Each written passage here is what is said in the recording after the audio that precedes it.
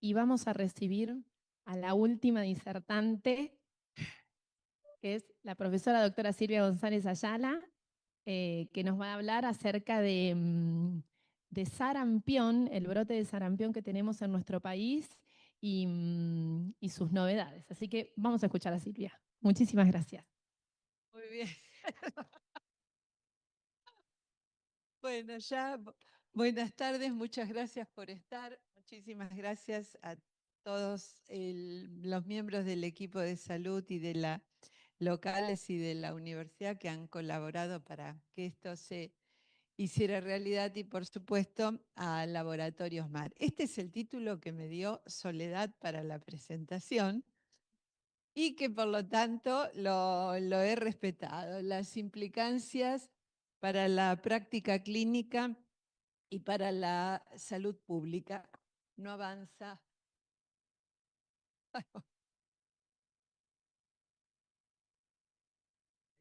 Ahí sí, bueno, no tenemos ningún conflicto de interés con el tema y lo vamos a hacer en dos partes. La primera referida a recordar el agente causal y la clínica, el diagnóstico y el tratamiento. La enorme dificultad que se enfrenta es que el sarampión es una patología olvidada. Es una patología olvidada porque llevamos casi 3 décadas sin casos de sarampión. Esto implica que son 30 promociones de miembros del equipo de salud que no tuvieron oportunidad de estar frente a un paciente con sarampión, sumado a que consecuencia de eso ya en algunas unidades académicas ni siquiera se trata el tema. ¿Es porque no hay? Bueno, pero volvió y seguirá volviendo si no logramos aumentar coberturas. Recordarles que es un virus RNA de la familia Paramyxoviridae, que con el conocimiento de la biología molecular a través de la nucleoproteína tenemos 23 genotipos que van de la A a la H, algunos tienen más, y este estudio de biología molecular nos permite saber si es un virus salvaje. Si es un virus salvaje, nosotros no tenemos circulación de sarampión desde el año 2000, o sea que va a ser siempre un importado el que dispara la situación, o si es un virus vacunal. Es muy importante porque en el contexto de brote, ¿qué se hace? Se vacuna intrabrote. Y uno de los efectos adversos de la vacunación con componente sarampión es un sarampión vacunal. Por lo tanto, necesitamos saber si ese virus es un virus salvaje, un virus vacunal. El periodo de incubación es prácticamente fijo en 10 días. Esto es re importante tenerlo claro, si bien tiene una ventana más amplia, es fijo en 10 días. Es una enfermedad importante con impacto sobre el estado general desde el comienzo. Tiene un debut brutal con temperaturas de 39,5 o 40 grados, compromiso del estado general, astenia marcada. ¿Y con qué comienza? Con los catarros. Fiebre brusca, muy alta, el catarro conjuntival, el catarro nasal y el faringo-laringo traqueobronquial. ¿Le duele la garganta? Sí, le duele la garganta, tiene la rinorrea serosa, la inyección conjuntival. En 24 horas eso cambia, sigue con fiebre, baja la temperatura con el antitérmico, pero se reinstala antes del periodo reglado del antitérmico. Esas secreciones se convierten en mucosas y finalmente sobre el segundo o tercer día que dure este periodo de incubación ya la secreción nasal es francamente mucopurulenta. O sea que tiene esa evolución. ¿Qué podemos encontrar si concurre a la consulta en este periodo, sobre todo al final? Porque si es un paciente pediátrico, las madres manejan perfectamente el antitérmico, ¿no es cierto? Piensan con muy buena orientación que es un cuadro respiratorio y lo bancan con el antitérmico. Si lo llevan a la consulta, ¿qué podemos encontrar? Esto característico, los 3 catarros y el Coplic. Pero hoy un colega no sabe ver el Coplic, que es la manifestación enantemática muy difícil de ver sobre una base eritematosa, este puntillado que exactamente son como granitos de sémola. ¿Qué necesitamos sobre un paño rojo? ¿Qué necesitamos? Muy buena luz y haberlo visto alguna vez, pero el Coplic está a la altura del tercer molar. Y la enfermedad sigue, tiene otro pico febril más alto que cuando se enferma, estamos hablando de temperaturas de 39,5 a 41 grados, y comienza la presentación de las manifestaciones cutáneas. El exantema, que es patognomónico. Esto es lo otro que nos tenemos que acordar. Comienza en la unión en la zona retroauricular y en la unión de frente y cuero cabelludo.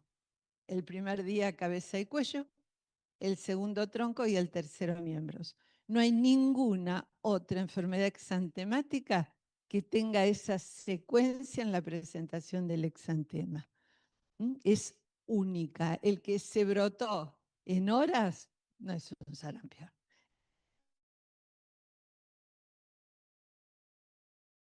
Vigilancia de la enfermedad febril exantemática. Se brota en esos 3 días, ahí vemos el exantema, es eritemato maculopapular morbiliforme, suave al tacto. Este es un adulto, un enfermero nuestro que se enfermó en la última epidemia, 97-98.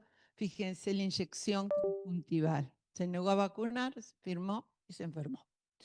Y esta es la fase patognomónica. La cara sucia del sarampión, nos hablamos de cara sucia, fíjense la conjuntivitis purulenta, la rinitis purulenta. ¿Y por qué decimos cara sucia? Porque está todo pegoteado con sus secreciones y tiene el exantema. Acá lo aprecian bien, la piel blanca salpicada de rojo y la facies patognomónica. ¿Y cómo continúa la evolución? Una vez que se completa la presentación del exantema, la fiebre cae. Entonces, nosotros, ¿qué les decíamos a la mamá? Como que se le fue por los piececitos. Paciente con sarampión que completó la presentación del exantema y sigue con fiebre, es igual a sarampión complicado. Y la complicación número 1, ¿cuál es? La respiratoria. Porque el virus sarampión ama los tejidos derivados del ectodermo. El 70% de los pacientes con sarampión, aunque no tenga clínica, nosotros recomendamos hacer una teleradiografía de tórax, tiene neumonía intersticial. Esto es una frecuencia muy, muy alta. Y acá seguimos viendo el exantema, eritemato maculopapular morbiliforme en una persona comprometida. Hay compromiso del estado general. Acá lo vemos bien como toma desde detrás de la oreja la cara. Y así como es la única enfermedad que tiene esa secuencia en la presentación del exantema, es la única enfermedad, eritemato maculopapular, que tiene esta evolución. Al día 7, día 10, tiene la mancha ocre o café con leche. Las otras enfermedades exantemáticas involuciona, desaparece, a veces dura horas. En el sarampión hace la evolución a la mancha ocre o café con leche. A veces, como este adolescente, venían a la consulta así. ¿Por qué? Porque la abuela, la vecina había diagnosticado sarampión. ¿Y por qué lo atendíamos en infecciosas? Porque venía complicado, con una neumonía. Nos permitía el diagnóstico retrospectivo. Hoy tenemos mandatorio el diagnóstico a través de los métodos auxiliares del laboratorio especializado. Un gran capítulo en el sarampión son las complicaciones. Número 1 son las complicaciones respiratorias graves en general, las neurológicas, las cardiovasculares esporádicas, pero la miocarditis, la miopericarditis podía ser causa de muerte súbita. Nosotros, cuando teníamos en el siglo pasado, miren lo que estoy diciendo, las epidemias de sarampión, no teníamos complicaciones digestivas y oculares. que era lo que las digestivas mataban en África. A nosotros nos mataba, a los pacientes con sarampión, la neumonía plurifocal o la neumonía intersticial. No era la diarrea. Y oculares, era muy raro una queratoconjuntivitis, la queratitis. Tuvimos algún caso que evolucionó mal de manera bilateral y llegó al trasplante de córnea, pero eran complicaciones infrecuentes. Estas dos complicaciones digestivas y oculares eran y son del África subsahariana. Las hematológicas, la púrpura trombocitopénica, también infrecuente. Y algo que no se consideraba eran las complicaciones a mediano y largo plazo. Conseguíamos que esa persona sobreviviera al sarampión, pero a veces un precio alto. En cuanto a discapacidad, si la complicación había sido neurológica o vivir con dependencia de oxígeno en las complicaciones graves respiratorias. El diagnóstico, como en todas las enfermedades infecciosas, en base a los 3 parámetros. El epidemiológico, fundamental, siglo XXI, antecedentes vacunales. Toda persona de 12 meses en adelante necesita las 2 dosis de vacuna antisarampionosa con componente antisarampión. A partir del 1 de enero del 2026 se va a adelantar la fecha de la segunda dosis de sarampión. Nosotros tenemos por calendario 12 meses y 5 años el esquema de vacunación con componente sarampión. A partir del año próximo va a ser 12 meses y 18 meses. Ir levantando las cohortes que se escapan para lograr aumentar las coberturas. Vacunar en el segundo año de vida es muy complejo. Las coberturas de las vacunas que tenemos en el segundo año de vida es baja, o sea que va a haber que remontar eso. La definición de caso sospechoso de sarampión es la de enfermedad febril exantemática. Toda persona con fiebre de 38 grados o más que presente exantema. Punto. El equipo de salud piensa que este paciente puede tener sarampión. Algo que no se logró, y las cifras realmente son muy preocupantes, es lograr la calidad de la toma de muestras para el diagnóstico virológico. En esta consulta que tengo el paciente que estoy pensando que puede ser sarampión, que entra en la vigilancia de enfermedad febril exantemática, hay que tomar muestra de orina. Es una muestra sencilla, la tengo que tomar en el momento. Tomar muestra de secreción respiratoria y tomar la muestra de sangre. Si tengo que elegir, orina. ¿Por qué? Porque es la muestra que tiene mayor rendimiento. Me permite la identificación de virus sarampión hasta los 10 días. Sangre, estoy casi atado de pies y manos. ¿Por qué? Porque voy a necesitar una segunda muestra. Necesito par serológico. Y la segunda muestra en general no se consigue porque el paciente no concurre a la consulta o porque si es un niño no permiten que se le reitere la extracción. Y la muestra de secreción respiratoria también es valiosa, pero tiene una ventana mucho más acotada para que tenga rendimiento. Y de rutina, la teleradiografía de tórax. Nosotros tenemos una red de diagnósticos de laboratorio de enfermedad febril exantemática que tiene como cabecera el Departamento de Virus Respiratorios del Instituto Malbrán, y después está lo que se llama la red subnacional, que en el caso de Provincia de Buenos Aires, en general hay un laboratorio en cada región sanitaria. ¿Cuál es la dificultad? Que ese laboratorio de la red hace una determinación de IgM. Y la IgM es negativa hasta el cuarto o quinto día. Entonces, si obtuve la muestra cuando va a la consulta, me permito decir que va a ser la IgM naturalmente negativa. Y si no se tomaron secreción respiratoria y orina, no es académico, pero lo digo, me quedé colgando del pincel. Y esto ha sido un trabajo tremendo en este brote que empezó el 26 de enero y terminó ayer. Ayer se cerró el brote de sarampión en Argentina, pero con una calidad de muestras realmente muy baja, muy baja. Estuvimos horas reuniéndonos todas las semanas para cerrar los casos. Provincia de Buenos Aires tuvo casi 3.000 casos notificados de enfermedad febril exantemática. Entonces fue un trabajo terrible y con una calidad de muestras porque no teníamos lo que se necesitaba. Todas estas enfermedades cursan como enfermedad febril exantemática.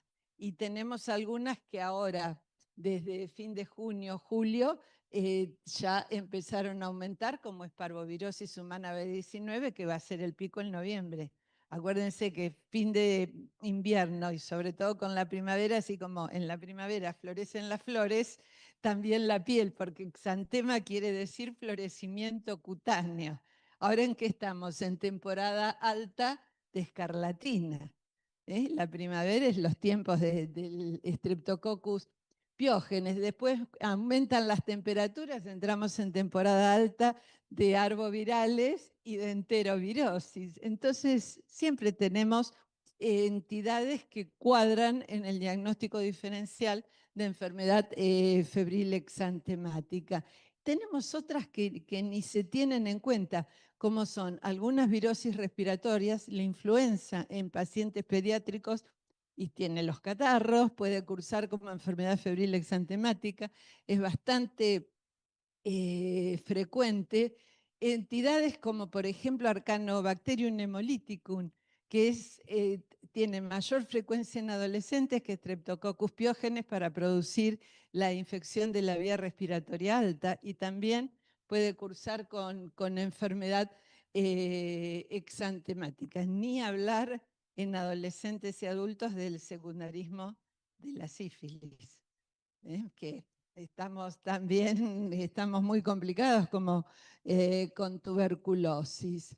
Y las otras causas, esta es de segunda mitad de enero, febrero, como nos pasó el año pasado, que tuvimos epidemias en distintas localidades de la provincia, que es un exantema tóxico, producida por lo que se llama la mariposa negra, la mariposa de los tilos. No tiene fiebre, está brotado y terriblemente pruriginoso, pero todo plantea diagnóstico diferencial.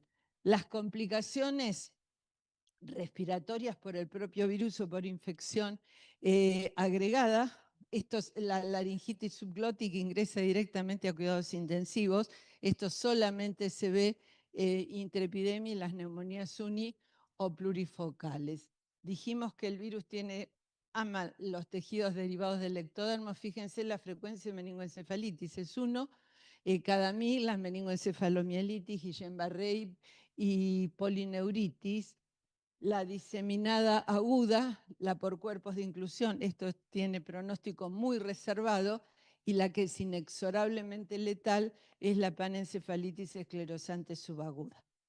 Esto mata en un periodo de 4 a 6 años. Nosotros en la epidemia del 97-98, que fue la última epidemia de sarampión en Argentina, tuvimos 10 chicos con panencefalitis esclerosante subaguda. El que vivió más porque es deterioro motor y cognitivo progresivo hasta que quedan con vida vegetativa y llega el final, murió a los 8 años. Y la panencefalitis esclerosante subaguda únicamente se presenta si se tiene sarampión antes de los 2 años. En esta epidemia tuvimos casos de sarampión en menores de 2 años. Es muy poco conocido, bueno, no conocemos el sarampión, menos nos vamos a acordar que hay que hacer suplementación con vitamina A, porque es protectora precisamente de los tejidos derivados del ectodermo. Hacer la suplementación durante 2 días de vitamina A y todo no tiene tratamiento específico, todo lo demás es sintomático y de sostén. ¿Qué implicancias tiene para la salud pública, la epidemiología, la prevención y los mensajes finales? Sarampión es una enfermedad reservorio humano exclusivo. Tenemos vacuna, por lo tanto es una enfermedad que se puede controlar que se puede eliminar y que se puede erradicar. Nosotros desde el año 2016, igual que todos los países del continente americano, teníamos declarada por la Organización Mundial de la Salud la eliminación del sarampión. Año 2016. En el 2015 habíamos logrado la eliminación de la rubiola también en el continente americano. Las Américas fueron, para el caso de poliomielitis, rubiola y sarampión, el primer continente que logró eliminar estas enfermedades. Es decir, enseñamos cómo se podía hacer. Ahora declinamos de una manera muy drástica. Y ahora está todo el ciclo, la onda de desconfianza y reticencia a las vacunas. Nosotros todavía no tenemos grupos antivacunas fuertes como hay en otros países, pero tenemos esa reticencia, esa desconfianza a las vacunas. La vacuna del sarampión que estamos, el componente sarampión que estamos utilizando, se utiliza en el mundo desde finales de la década del 60. O sea que no es una vacuna reciente como nos pasó con las vacunas de la COVID. Fíjense la estimación, en lo que va de este siglo, con la vacuna de sarampión solamente se evitaron 60 millones de muertes. Este dato es incontrastable. Y en el año 2023, 10 millones de casos y 100.000 muertes. Y acá empieza lo preocupante. 22 millones de personas a nivel global que no se vacunaron. ¿Y cómo nos está yendo? En el continente americano muy mal, igual que en el resto del mundo. Hay una reemergencia intensa del sarampión. Los últimos datos de la Organización Panamericana de la Salud son al 27 de agosto, 11.000 casos confirmados. El país con más casos es Canadá, un país central, 4.800 casos, México también 4.500, Estados Unidos, Bolivia y Paraguay. Ahora las cifras, por lo que dicen los colegas, están mucho más arriba. Y lo que es inadmisible es que en 2025 mueran personas con sarampión. Esto es inadmisible. Ya iban al 27 de agosto 18 muertos, 3 en los Estados Unidos y 1 en Canadá. Y Estados Unidos nos dio un ejemplo, que ya conocíamos por cierto, de lo que no se debe hacer. El brote empezó en el estado de Texas y justo coincidió con el cambio de administración. Y ustedes saben que el secretario de Salud de los Estados Unidos tiene una posición, vamos a ser diplomáticos, reticente a las vacunas. Entonces lo que dispuso también gobierno federal, el que se quiere vacunar, que se vacune, resuelven los padres. La epidemia siguió hasta que dispusieron trabajar en el control de foco y la vacunación. Pero eso ya había costado 3 vidas. Murieron 2 niños y un adulto. O sea que, y ahí vamos a lo otro, la importancia de la notificación inmediata ante la sola sospecha, porque desencadenan las acciones de control de foco. ¿Ustedes se acuerdan? En el 2020 estaba todo el mundo ansioso, excitado, cuánto contagia la COVID-19, cuánto era el R0. Era 2,3. ¿Cuánto contagia una persona con sarampión? Promedia 15. ¿Ustedes vieron en algún medio preguntar por el R0? ¿Tuvo alguna repercusión la epidemia de sarampión, que fue muy, muy preocupante? Y sarampión, igual que el SARS-CoV-2, tiene la característica que en un medio ambiente interior mal ventilado persiste durante 3 horas. O sea que no necesito el contacto directo. Ingresé a ese medio ambiente y me contagié. Y esto fue lo que pasó. Un gran centro dispersor de la epidemia de sarampión al área del Gran Buenos Aires, esa provincia, fue la sala de espera del servicio de emergencia del Hospital Pedro de Lizalde. de la ex Casa Cuna. ¿Por qué? Porque el tren termina ahí, los ómnibus es de muy fácil acceso. Entonces la gente del conurbano sur, donde atiende a sus niños, el Pedro de Elizalde. Entonces ahí enfermaron mamás y se contagiaron niños. Pero es hoy sarampión es la enfermedad más contagiosa. 15 personas. El calendario ya lo comentamos y reiteramos, la epidemia fue en 97-98, últimos casos vergonzosamente ya habían sido en miembros del equipo de salud en un hospital en Córdoba. Desde el año 2000 no hubo más casos de sarampión. Y tuvimos a partir del 2001 casos por importación. ¿Por qué? Porque eran los nuestros que salían y salen sin tener esquema completo de vacunación. Tuvimos una caída sostenida de las coberturas vacunales. Hoy solamente en los menores de 6 años tenemos 500.000 de susceptibles. Lo cual quiere decir que este brote que cerramos ayer se puede volver a reiterar, porque tenemos las condiciones que es población susceptible. Esta reemergencia empezó el 23 de enero con una chiquita de nacionalidad rusa que volvía de un recorrido Rusia, sudeste asiático, Bali. Enfermó su hermanita y fue en la Comuna 14. La Comuna 14 es Palermo, fin de enero. Nos ubicamos en Argentina, periodo de vacaciones, zona densamente poblada con mucha circulación de personas. Un señor que trabajaba próximo al domicilio de esta familia, que es todo propiedad horizontal, ahí prácticamente no hay casas, se enferma, lo atienden,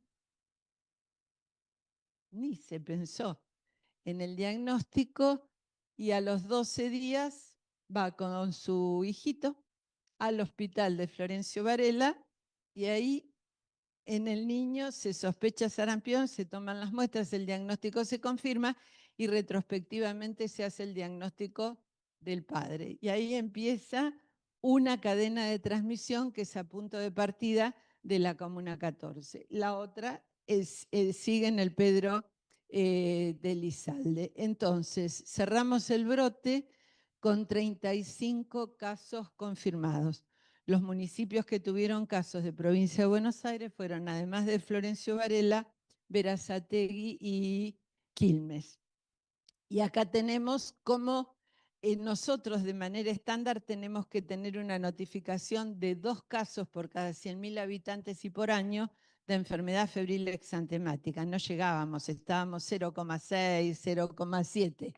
Cuando se emite el alerta a fin de enero, fíjense, esto es semana 1, empiezan a aumentar las notificaciones, lo que está en rojo son los casos confirmados. El último caso confirmado fue el 26 de junio en Berazategui. Y la distribución por grupos de edad. Ven que tomó absolutamente todos los grupos de edad, incluso la década de los 40 a los 50. Tengan presente que nosotros consideramos que todas las personas que nacieron antes de 1965, todas inmunizadas por la naturaleza. Del 65 en adelante se necesitan 2 dosis de vacuna con componente sarampión a partir del año.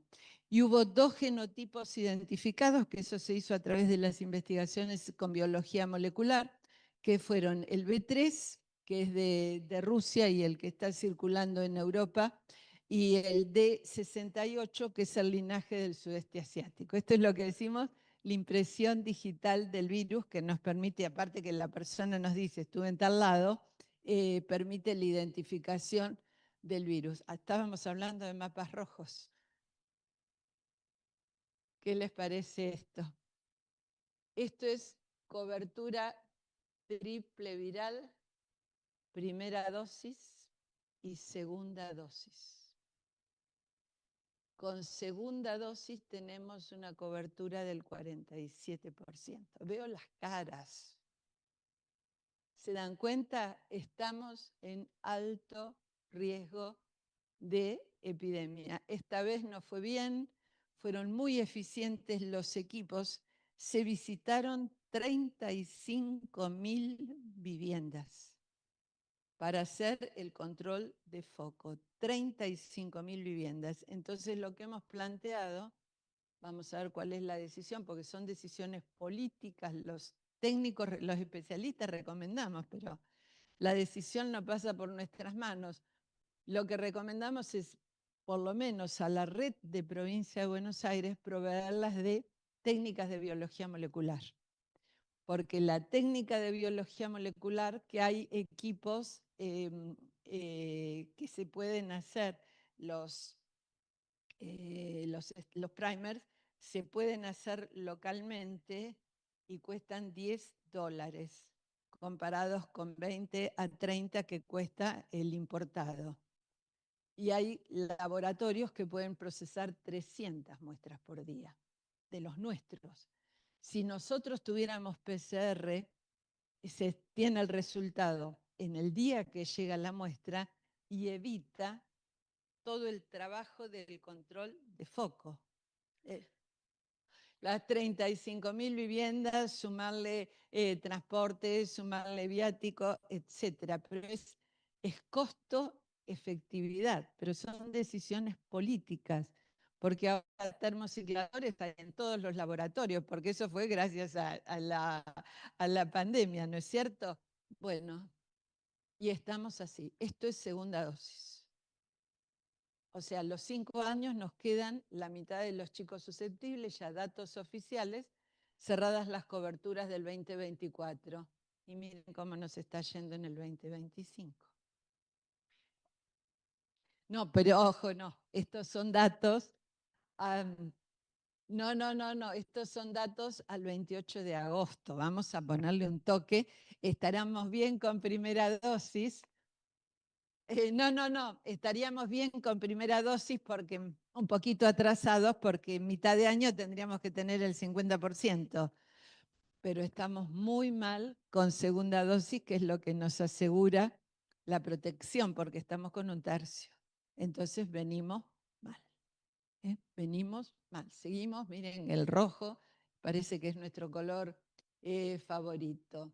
Y el control de foco se hace de esta manera. En la manzana del centro es el domicilio del caso. Se empieza por esa manzana y se hacen 8 manzanas alrededor. Hay gente que no abre, hay gente que no está, entonces hay que volver.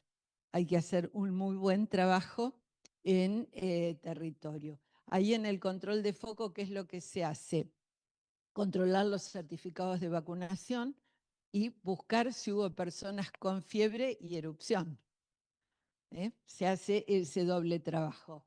6 meses para arriba se vacuna, menos de 6 meses que estuvieron expuestos, gamma globulina, que es un recurso crítico. Gamma globulina polivalente es un recurso crítico. Entonces esa es la forma, es el mismo. La metodología de control de foco con estas 9 manzanas es siempre la misma. El agua en dengue, en Zika, en lo que sea, siempre voy a trabajar con esa metodología. Y entonces, ¿cuáles son los mensajes? El alerta en el primer nivel de atención. Sarampión nos va a seguir, hoy Sole me decía, no escuché esa palabra, dijimos revisitando.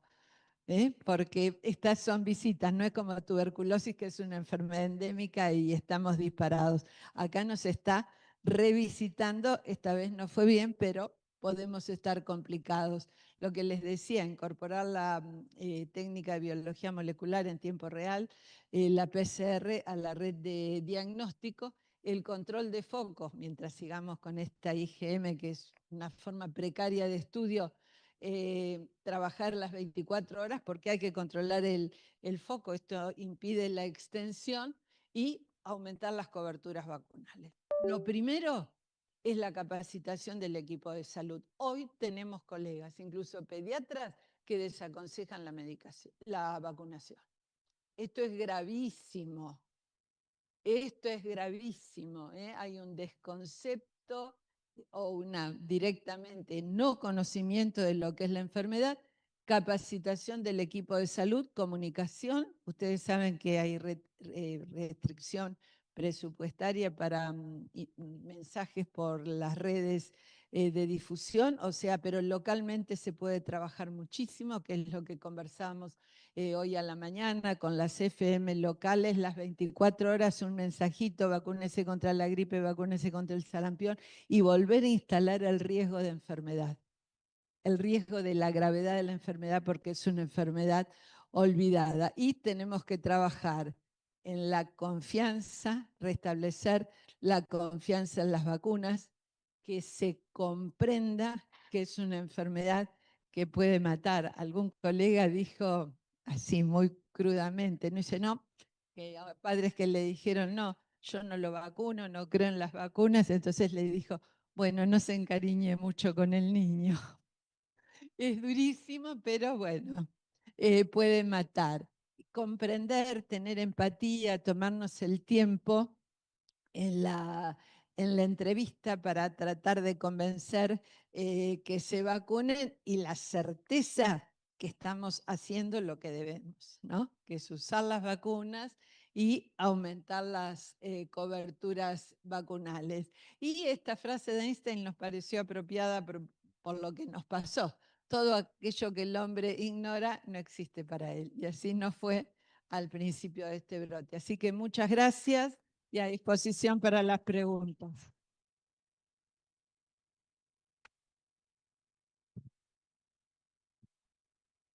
Sí.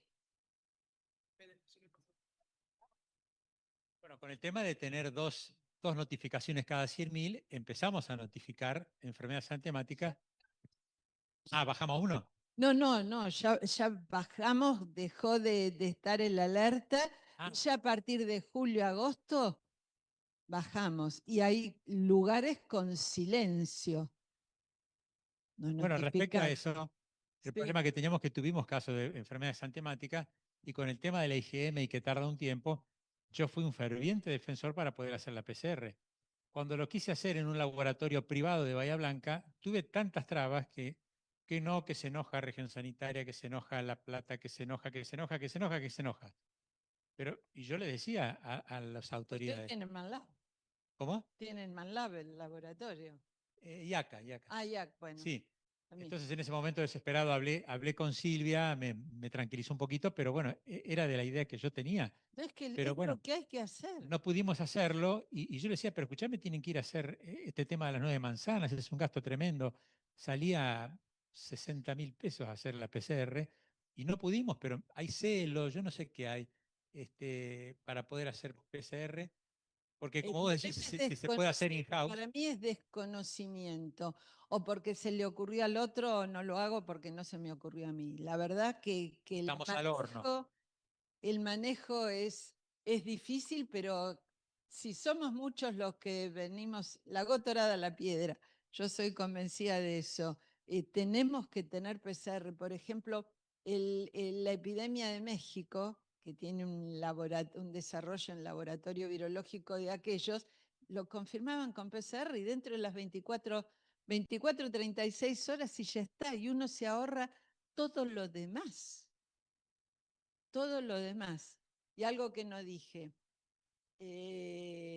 sospecha de sarampión, sale con barbijo de la consulta médica y nos aseguramos el traslado seguro. Si tenemos AME o tenemos algún vehículo que lo lleve, pero que no vaya a viajar en transporte público, porque estoy convencida, y lo dije y lo repito, que creo que hubo más casos, porque este señor que trabajaba en Palermo iba de Florencio Varela en tren y en subte.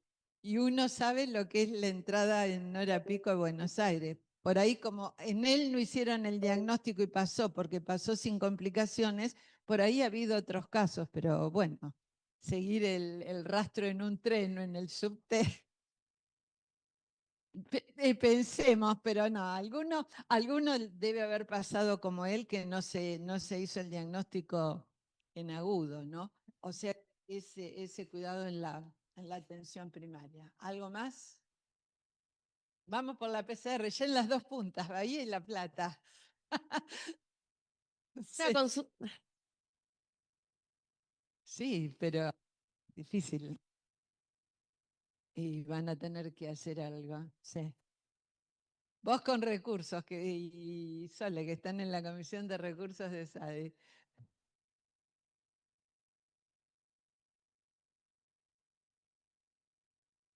Este año puede volver a pasar. Si nosotros salimos, son todos jóvenes, son 20 y pico, 30 y pico de años, los que han vuelto nuestros que se enfermaron y que estaban sin vacunar. La chiquita de San Luis, el de Moreno, sí, el otro era ruso, que los rusos en general están sin vacunar. Yo le decía, vayan a la embajada, y dice, no, no podemos. Claro, que la embajada rusa invite a sus ciudadanos a que se vacunen. Elemental, sí. Sí, doctora, el control de foco se hace en el hogar, las 8 manzanas y en el centro educativo. Sí, sí, está bien. Centro educativo, trabajo. Siempre son 2 controles de foco dependiendo de las actividades que tengan. Gracias por el aporte. Sí, sí, sí. Si va a la escuela, es la escuela. Menudo tema. Además haces el domicilio y el otro foco es la escuela o el lugar de trabajo. Sí, sí, son 2 focos. Salvo que sea un lactantito, es la única situación. Y que no vaya a guardería. Porque si no, con la socialización temprana, sí. Silvia, es decir, desde el año que viene, 2020, 1 de enero del 2026, las dosis de sarampión entonces van a ser 12 meses y 18 meses. Y crucemos los dedos para Bien. que los chicos en el segundo año no se vacunan.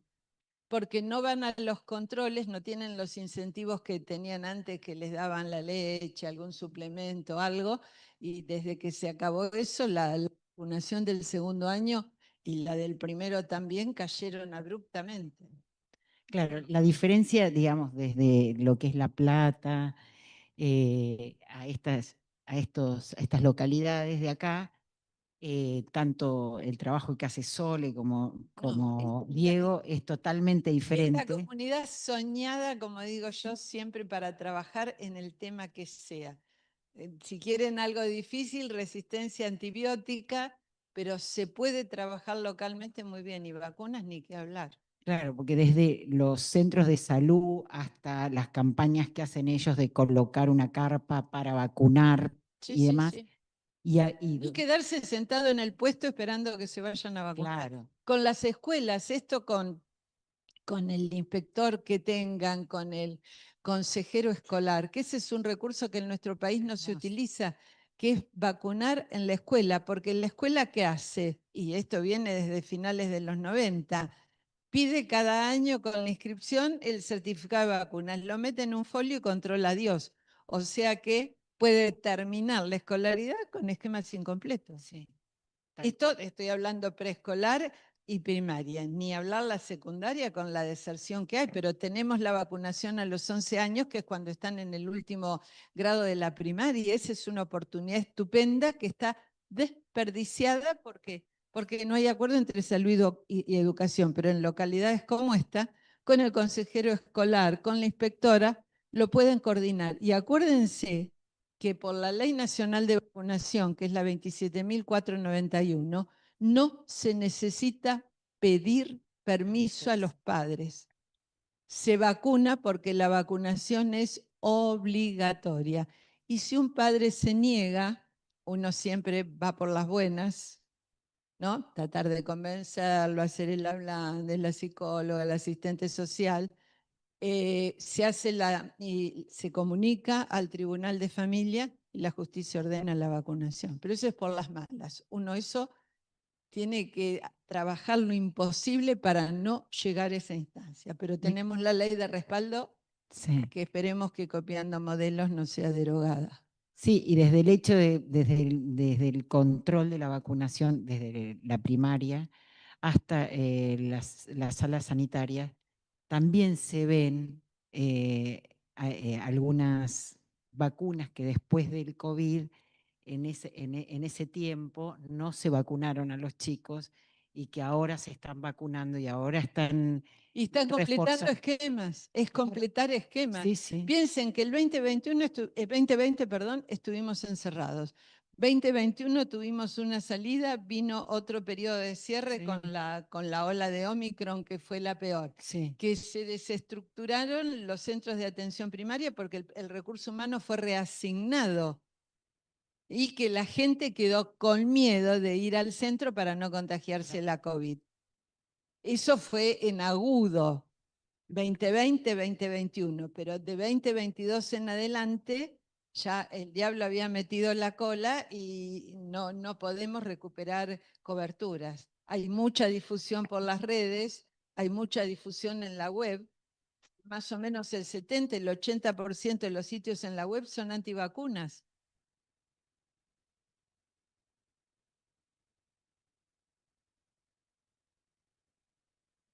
Yo no, bueno, soy pro vacunas, pero uno se pone a mirar en redes y hay grupos de médicos que hacen Zoom antivacunas en nuestro país. Bueno, cada uno puede pensar lo que quiera, pero en esto de la inmunidad de rebaño y todo lo que implica a la sociedad en general. Pero no puedo disponer de la vida del otro. Eso es lo que marca la ley. Entonces el padre que no se vacune, pero el chico no lo puede exponer al riesgo de contraer un inmunoprevenible. Silvia, Sí. una pregunta. En este contexto que vos decís, los que generaron la reentrada, esta nueva visita del sarampión, eran jóvenes de 20 y pico. Y teniendo la ley, ¿qué rol podría tener el control de vacunación a los viajeros? Sobre todo a países como el sudeste asiático, Rusia. No, O sea, ahora anda ya sé que es Bolivia, anda imposible. Paraguay, ya está. Bueno, por eso, ahora acá nomás, digamos. Sí. Digamos, así como nos preocupamos por hacer el control del calendario de vacunación en los nenes al ingreso escolar. No nos preocupamos, guardamos Bueno. el... No, pero digo... No, pero digo, me parece que sería un buen lugar para evitar estos reingresos. No sé. Sí, pero vos pensás que, hablando de una enfermedad muchísimo más grave, no te olvides lo que nos pasó en el 2018 con fiebre amarilla. Se van alegremente donde hay fiebre amarilla y volvieron con fiebre amarilla y tuvimos suerte que no se desató una epidemia urbana. Sí, y ahora con lo que va a venir Te digo, la vacunación sí, de fiebre como amarilla. desató porque fiebre amarilla se muere el 50%. Está claro. Entonces, si no lo podemos hacer con eso, el país receptor no lo controla, estamos al horno, porque tendrías que controlarlo en ese y si que haces, no tiene la vacuna, ¿quién le pone el cascabel al gato y decir no se sube al avión? Está claro. Ahora la vacunación de la fiebre amarilla se restringió solamente para los lugares en donde hay cercanía con Brasil. No, lo Pero el que tiene viajero, calendario, para el viajero no hay. pero Desde el 1 de enero para el no hay. viajero no hay, por eso. O sea, el viajero va a tener que ir a comprarla, ¿no? Y comercialmente hay estamariles. Hay vacuna, bueno. de ahí está Maril, sí, incluso los vacunatorios, las grandes cadenas de vacunación tienen stock. Lo preguntamos, está al salir un documento de SADI referido. ¿Ah, ya salió? Sí, porque yo hablé con Pablo Escapelato y lo quería sacar miércoles o jueves. Sí, la SAB, la Asociación Argentina de Microbiología, la SAB. Bueno, ahí yo lo vi, no lo vi publicado en la web, pero vi cuando Pablo me lo mandó, está muy diplomático. Yo les dije, si yo lo hubiera escrito de otra manera, porque voy a hacer la crítica, por si hay viajeros a Brasil o van a tener personas que les pregunten, amigos, no necesariamente pacientes. Lo que no se contempla al decir vacuno solamente la zona con riesgo de reintroducción, que si ustedes miran el mapa, es toda la provincia de Misiones, toda la provincia de Formosa, el este de Salta y Jujuy, que es la zona de las Yungas, Corrientes, todo el litoral sobre el río Uruguay, y Corrientes, la parte media que va también desde el Uruguay hasta el Paraná, que entra a Esteros de Liberá. Y sobre el Paraná, el Gran Resistencia, por la bajada de Paraguay, que es la única zona de Chaco que tiene indicación.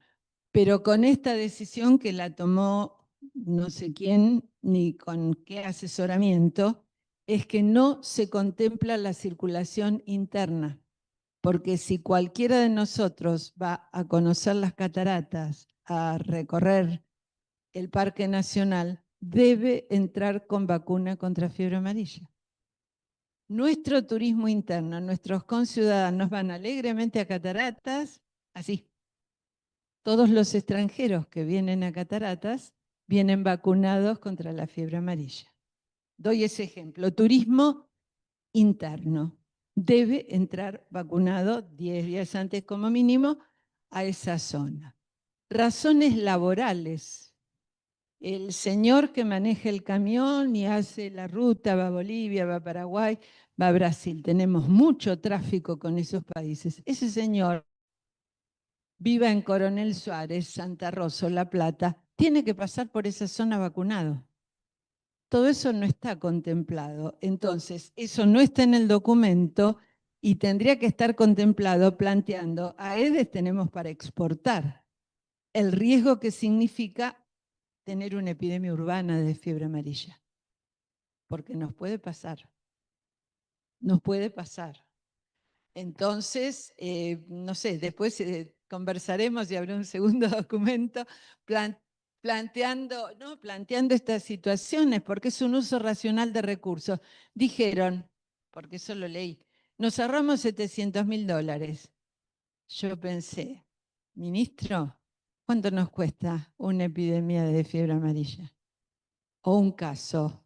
Yo creo que un caso de fiebre amarilla con la atención en cuidados intensivos cuesta los $700.000. Entonces diría mi abuela la economía del sonso. Así. ¿Qué más? Todo rojo, nos vamos rojos. Dios mío, bueno. Muchas gracias a los que están conectados. Soledad. Bueno, muchas gracias, Silvia. Quedó algo. Vos dijiste patognomónicamente el tema ese de la regla de 1, 2 y 3. Yo no lo sabía, me pareció perfecto. Entonces, primer día es hasta cuello, segundo día es hasta tórax.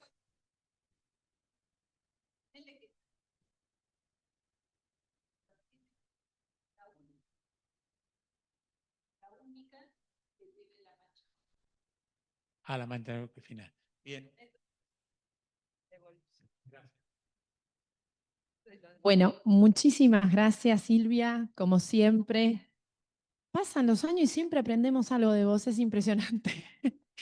Así que bueno, queremos agradecer a todos, damos por finalizada la jornada. Muchísimas gracias por todos los que han... ¿Que saludan? No, saludan. Dice muchas gracias, gracias por la jornada, muchas gracias Laboratorio Mar. Así que bueno, muchísimas gracias a todas las casi 350. Rodney, ¿cuánto? Es el máximo que vi yo también. Muy bien, sí. Así que muchas gracias a todos los que estuvieron conectados. Muchas gracias a los que vinieron hasta acá con este clima, como dijimos al inicio. Muchísimas gracias por haberse quedado hasta el final y los volvemos a esperar el próximo año. Buen fin de semana.